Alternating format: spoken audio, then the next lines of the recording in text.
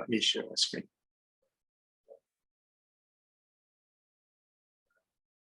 Cool. So I added just a couple things here. As some next steps, you definitely want to gain some experience writing tests and at some point add tests to a portfolio project. And testing is one of those things that will make you stand out from other candidates when you're applying for a role.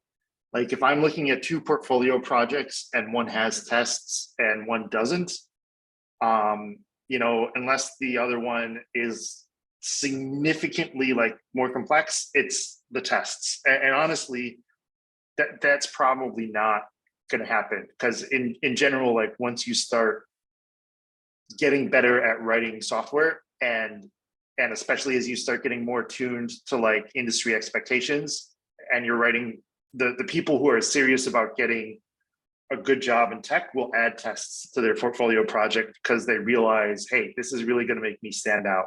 Testing and logging, to be honest, because like the way that you can tell if someone has experience or not is you ask them about tests. And like, I don't have a lot of experience writing like logging or dealing with like logging for big sophisticated applications. But again, with like Nordstrom's, there are probably at least like one or two devs who, if their main job isn't logging, that's like a big part of it. And that's a huge part because again, with testing being like part of a strategy, like what if we have a new bug on Nordstroms.com? How do we find out quickly enough to address it in like a day so the business doesn't lose money? And the answer to that is logging. So that is actually a buddy of mine from college who years and years after college went to a different boot camp and then got into tech, reached out to me at one point for advice about projects. And I suggested they like do a portfolio project involving logging. And at some point they reached back and said, thank you, that was great advice. They had gotten hired by JP Morgan. So obviously this is not like a promise or guarantee that if you like write some logging and stuff in your project, you're going to get a job. But I just wanted to use the story to illustrate that like talking about testing and logging and things like that basically indicate experience. So it's a great way to kind of get over that hurdle that we were talking about yesterday. And that's part of why I'm so into this and talking about this so much, because a lot of this is just about kind of understanding why testing is important. And that's really, like I said, like the main goal for today. Like I really want everyone to like leave this morning with like an understanding of the basic concepts of testing, why businesses care about it. And so if someone mentions it in an interview or you get a chance to talk about it, you can be in that conversation. You know what I mean? Like we're all learning this, like none of us are gonna be able to talk like super knowledgeably about testing, but now like you're being introduced to a lot of this stuff. And this is definitely like a way to stand out in the job market. I think the last thing maybe I'll mention before we start talking about like the kinds of tests and writing some code are testing trade-offs. So essentially, tests take time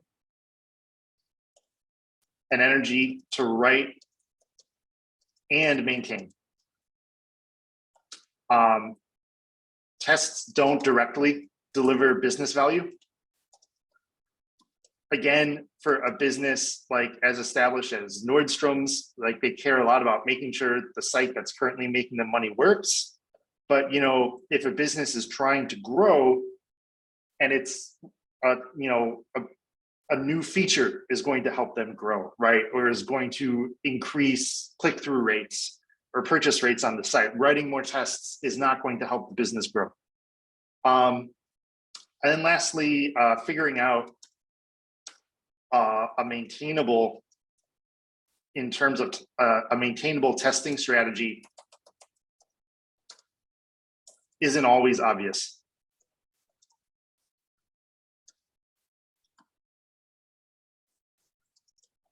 Because it takes time and energy to write tests. to maintain tests, to set up that pipeline to run tests, like in the CI/CD environment.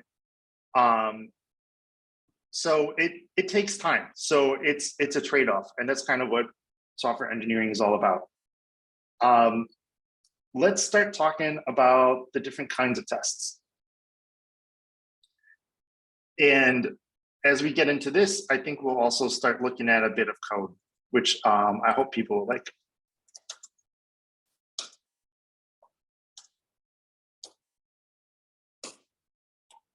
So your kind of most basic test is called a unit test. A unit test tests a function, or it might test a class. It tests like a small piece of an application.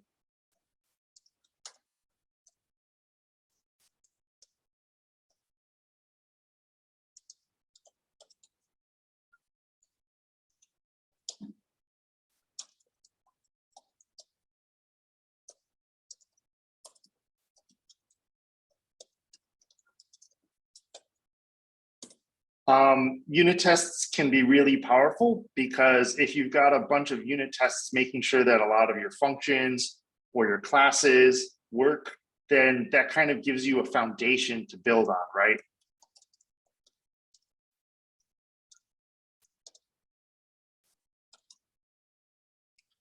I would say this is probably the most common kind of testing.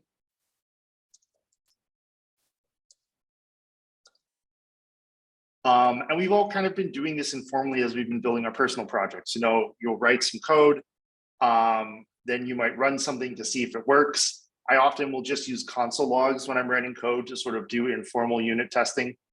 So it's very familiar.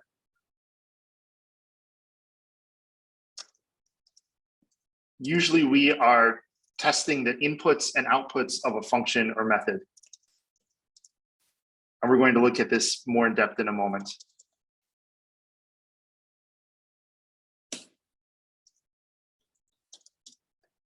It's really important for unit tests to be fast because this is kind of like your baseline, like your health baseline. Like we want to be able to run unit tests easily and often.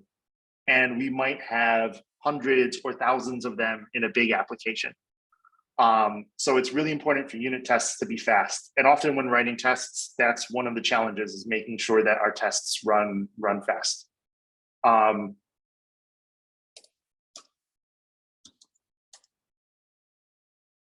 For JavaScript, here are some libraries, tools that you'll use for unit testing. They all kind of have similar names. One is called Jasmine. Another is called Mocha. There's sort of like a beverage theme here. Another is called Chai, and then Jest is the odd man out. And I'm going to talk about each of these. I believe Mocha might have been the first one, and then Jasmine and Chai came after, and they kind of went with the beverage, like the coffee beverage themes. And then Jest is kind of its own thing. So this is like a full-on testing framework. Jasmine is what's called an assertion library, which we're going to see in a minute, that basically helps us write the test itself.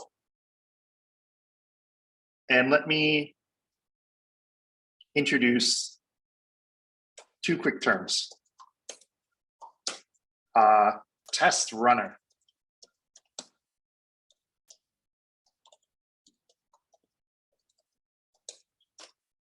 We would probably call our test runner from the command line.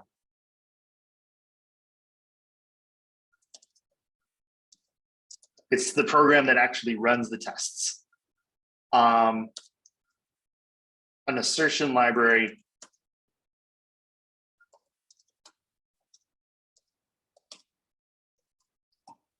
we'll see what this looks like, but essentially it's a tool that helps us write each test and kind of do the checking.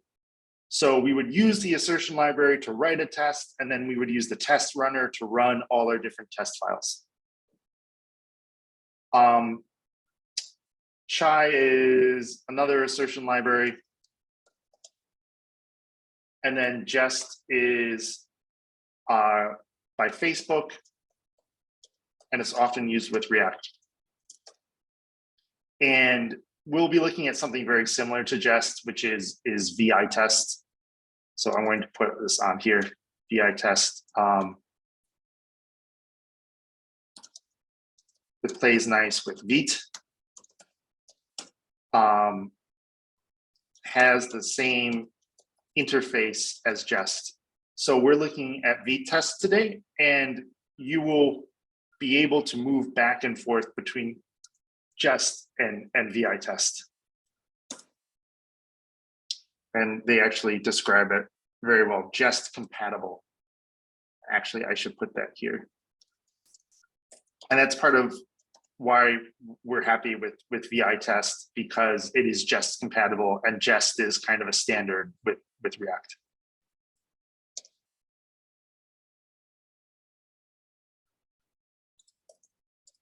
So let me talk quickly about how to write a unit test, and then we're going to go ahead and write one.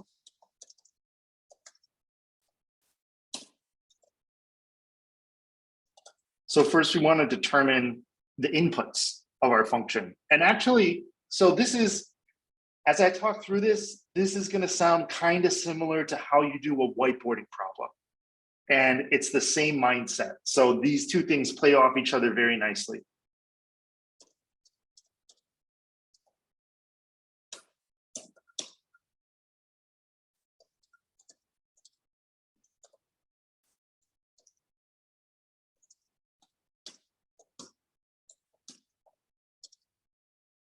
First, we want to think about the inputs to the function, and then we kind of want to break the different kinds of inputs into categories.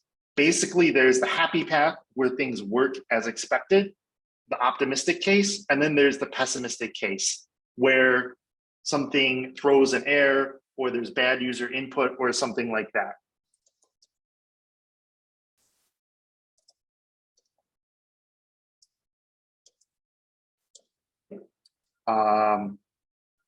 I don't know. Happy path is a term I hear tossed around a lot. I don't actually know what the opposite term is, like bad path, maybe pessimistic path. So again, this is a lot like whiteboarding, because we want to think about what are the inputs and what kinds of inputs are there, and are there edge cases?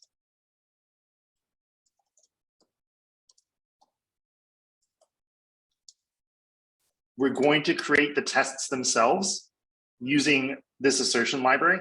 And we're going to see what this looks like in a moment. And it will be, I think, really clear once I write a little code.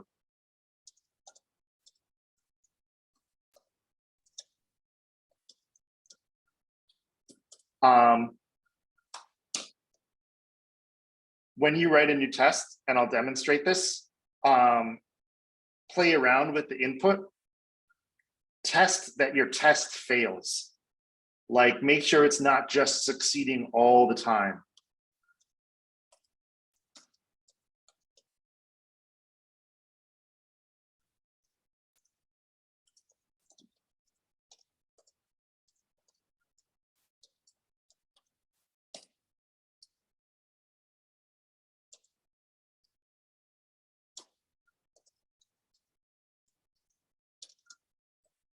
And then we just want to make sure that the tests are what we expect to see.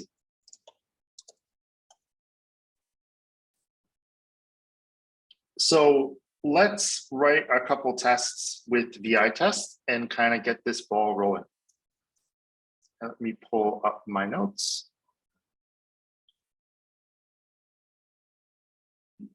So I'm going to go ahead actually and create a new project with Vite, because we're going to use it a little later for this other kind of testing.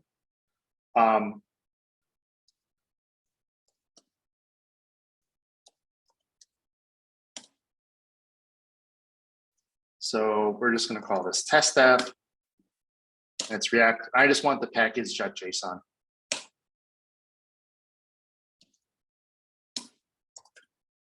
And I'm just making sure that it created the directory that I expected.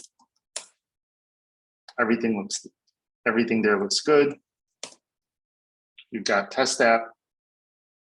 as we're used to seeing, there's not a lot here. There's React. We're going to use this React stuff a bit later, but we don't have to worry about it right now. I'm going to go ahead and install VI test. So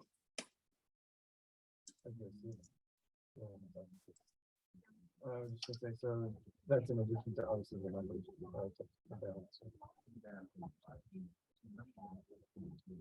Yeah, VI test is great. And actually, let me catch up in the chat. And while I'm doing that, does anyone have any questions?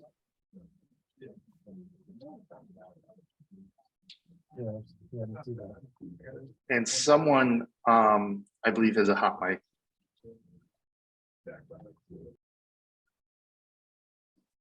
To answer a couple of good questions in the chat, Michael, you were asking about linting. Linting does help you stand out from the competition, to answer your question.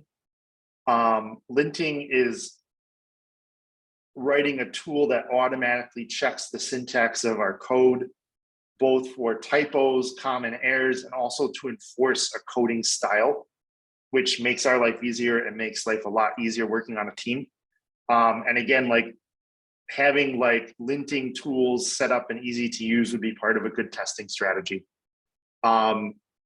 Maybe we'll like set aside time later for a breakout session to look at that. If anyone has kind of set up some linting, that would be awesome to see. And if anyone is interested in setting up linting, once you've got your core requirements done for your personal project, let me know.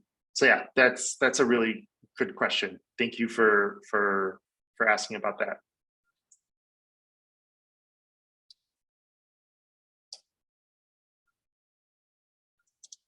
And let's see here, VI test.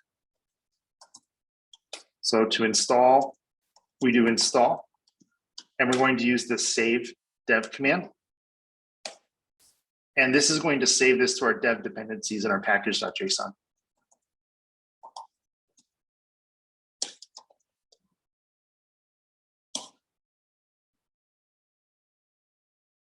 And we were actually talking about this morning. So note that VI test has been added to dev dependencies. So when there's a flag we can use to run npm install for our production environment, which will only install dependencies and not dev dependencies. So that avoids, on the server for our real application that we're going to host for users and stuff, we don't need VI test. Normally tests would be run locally on the developer's machine, or there would be a dedicated server in the cloud just for running tests. That's usually how that's done. Yeah, and please ping me to remind me about the linting breakout session.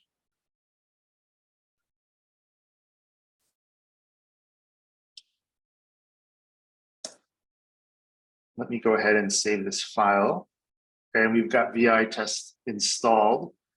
And so I'm just going to write a very simple test file. And I believe VI test has both our assertion library and our test runner bundled in. So it has pretty much everything we need. So I'm going to create a file just named random test.js.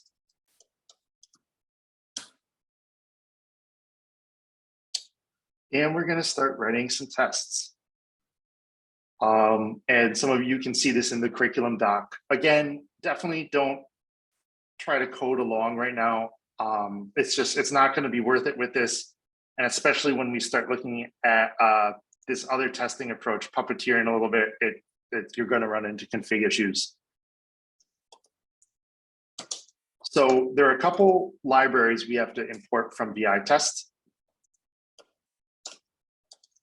And I'm going to use these, and then we can talk about them because that will be a lot easier.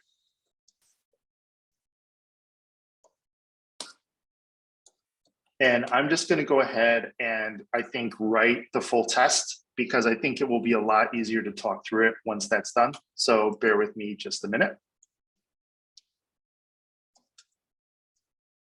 So I am using this function named describe that we imported from the VI test library. It takes 2 arguments. The first one is the name of this group of tests. This describes the tests we're going to run. And the second argument is an arrow function that contains all the different tests. And this is a very common syntax for writing tests. You'll see this especially with JavaScript. And I think we saw something similar with Python. Most assertion libraries use this kind of language.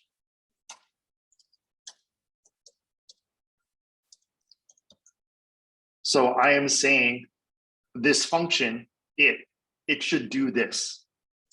And again, we have this function that we import from VI test called it, and it takes 2 arguments. One is the name of the specific test we're about to write, and the second is an arrow function that we wrap our test in. And then our test runner is going to be calling all these arrow functions when we run the test file from the command line.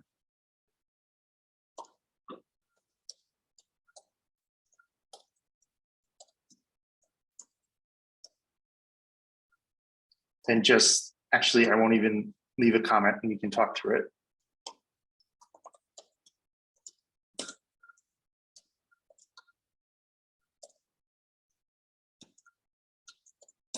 And before I start talking about my code too much, I am going to run it. And I believe the command to run the test is the test on the command line. Nope. Let me see. Let's try this again.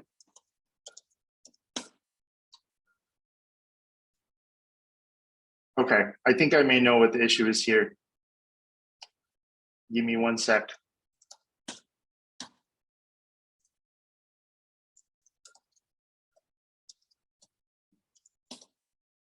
So I just added a script to the package.json to execute this VI test run command, and I'll explain why in a second. Yeah, so my test ran and it passed. So does anyone know why I had to add this as an NPM script, and why if I do VI test run on the command line, that fails?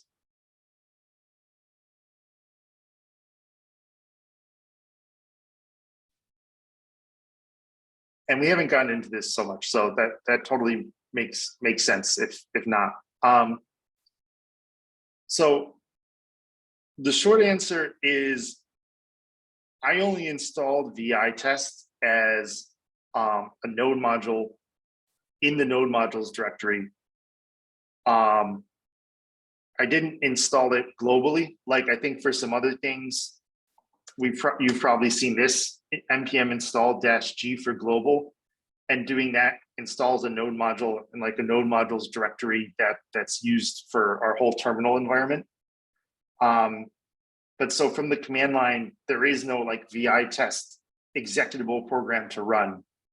It lives in the node modules directory. I could probably even go do something like this, like node modules.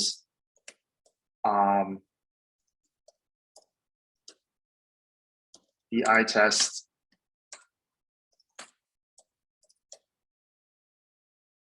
We go to the dist. Let's see what they have in here. I'm not actually, I'm digressing a little bit, so I'll pause there. But essentially, when we run an npm script,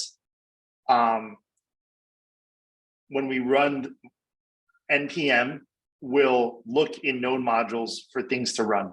So it will look in here for the VI test directory. And let me just navigate here real quick. So I'm in our node modules directory, specifically in the VI test directory for that module. And we might have looked at this a bit. You can see it's got its own package.json. It has a bunch of things which we don't need to worry about.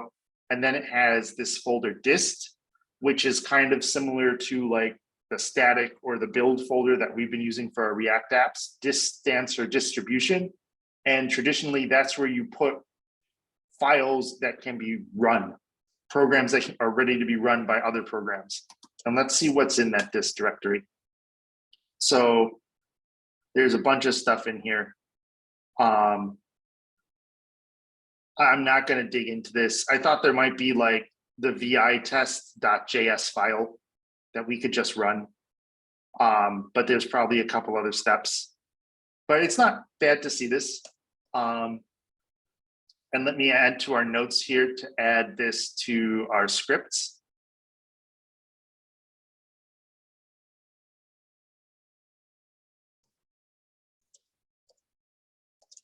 So in our package.json, add a test script so we can run vi test. And here is the scripts part, and we're going to add that.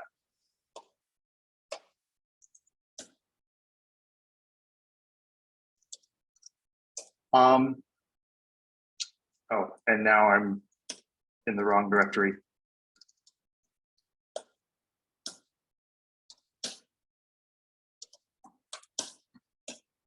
And now I'm back where the package.json is. So when I run npm, it'll look at that package.json for our project and find my npm script. Any thoughts or questions before going on? I know I just kind of diverged and jumped into a side topic a little bit there.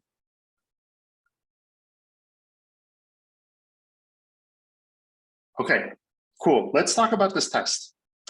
So we've got this test command. We can also just use npm test, by the way. So with npm scripts, the full syntax is npm run and then the name of the script. For certain special script names that are very common, like test and dev or build, we don't have to say run. npm lets us use a shorthand, which, to be honest, I think is a little confusing. I just kind of always do npm run and then the name of the script. And when I do this, it runs the vi test run command. And that does two things. It looks for any file with test.js in the file name.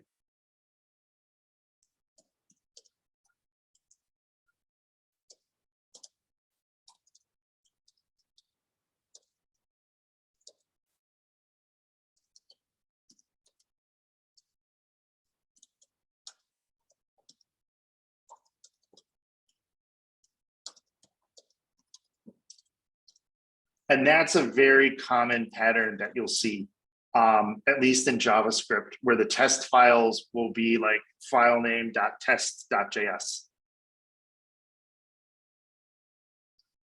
And walking through here, so we use this describe function. It's called a block, this describe block, to have a series of related tests. And so we're going to add to this in a minute. But just to walk through this first test, we can say our function, math.max, which is a built-in JavaScript function that returns the maximum of two numbers. Like if I run node on the command line here, and let me bring this up a bit so it's easier for folks to see. I could do math.max 2, 3. It should return 3, right? 2, 6. It should return 6. 2, -1. It will return 2. It just returns the bigger number out of the 2. So again, we're just using this as an example, but I think you could easily imagine a lot of functions that you folks probably have already written for your projects where this could be useful. And so we want each it block to test something like a specific input and be small, and our description is what, if you'll notice when I run the test, we, oh, it doesn't, let's see, is it with -v? There is a, let's find, let's find out how to do this real quick. There's a way to run it so that it will print out the name of each test, which I think would be great. So bear with me just one moment to see if we can figure this out. And if not, we will not worry about it.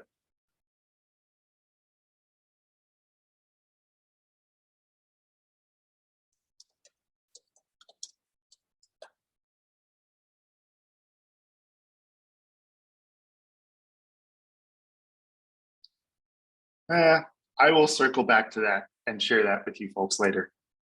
Essentially, there's a flag we can pass when we run VI tests. So it doesn't just print out the name of the file, but it prints out the name of each individual test. But what does happen is if the test fails, let's take a look at what that looks like.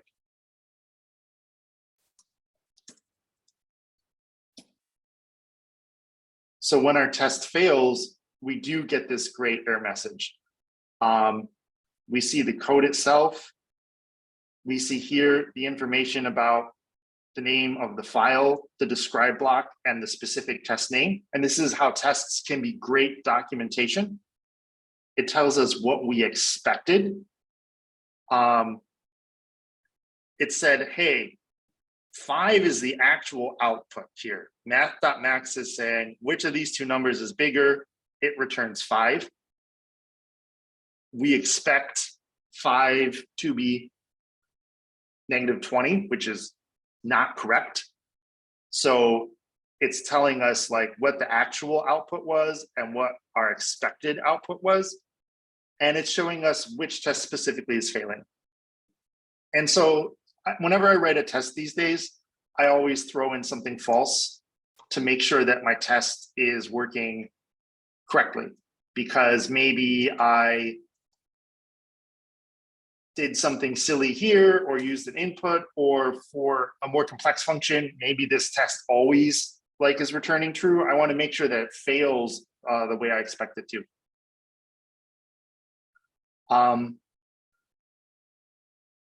Yeah, Michael, I see your comment in the chat. The error messages with tests are great. This is why unit tests can be great.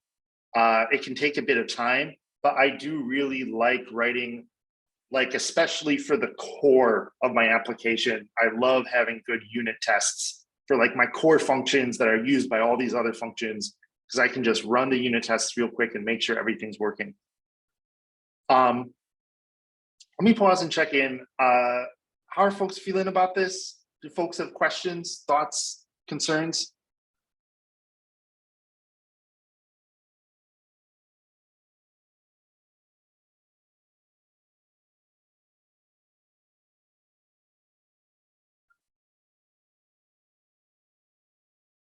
Okay, cool. Let's flesh this out a bit. We'll write a couple more tests, and then we'll take a break. We probably will go till noon today. I know people want to work on personal projects, but I think that in like that one additional hour, just talking about this testing stuff is going to serve you all really well as you job hunt and interview, because like testing is sort of like surrogate job experience. Like writing tests and talking about tests is kind of like indicative. Like you want to learn as many kind of software engineering, like real world best practices as you can. And like when I was getting started, I would be Googling like JS testing best practices all the time, like anything best practices, front end testing best practices. And you know, we have to skip the ads, but then you'll find all of these kinds of articles, and you kind of got to look for the good ones. Like GitLab is this competitor to GitHub. They make this other GitHub.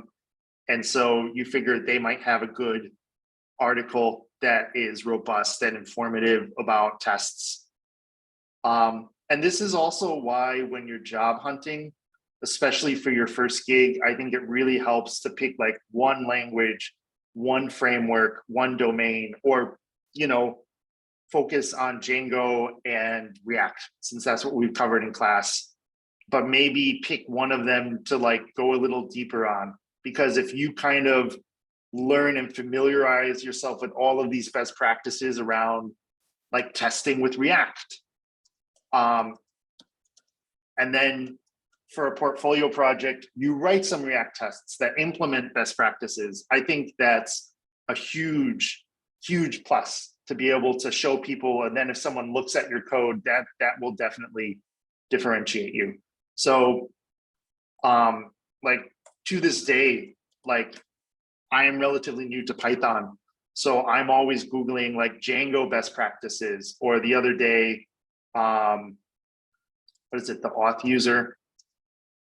There was I was working with someone about something related to like, what's the best practice with the auth user? And so I would look for that. So kind of anything best practices is always a great thing to look for. I think, in fact, it was this article referencing the user model. So let's dig into this a bit. Let's see, it's almost 10:30 actually, so it's been about 40 minutes. How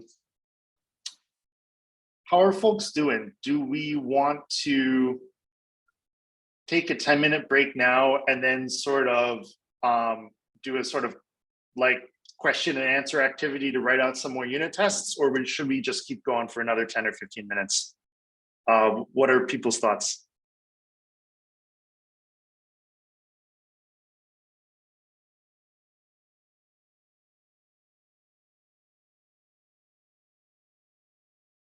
I could use a little either or. Yeah, I would love a little feedback, because I want to, I know that it's a longer like talking lecture, so I want to make sure that we take breaks so that we can stay fresh and stuff.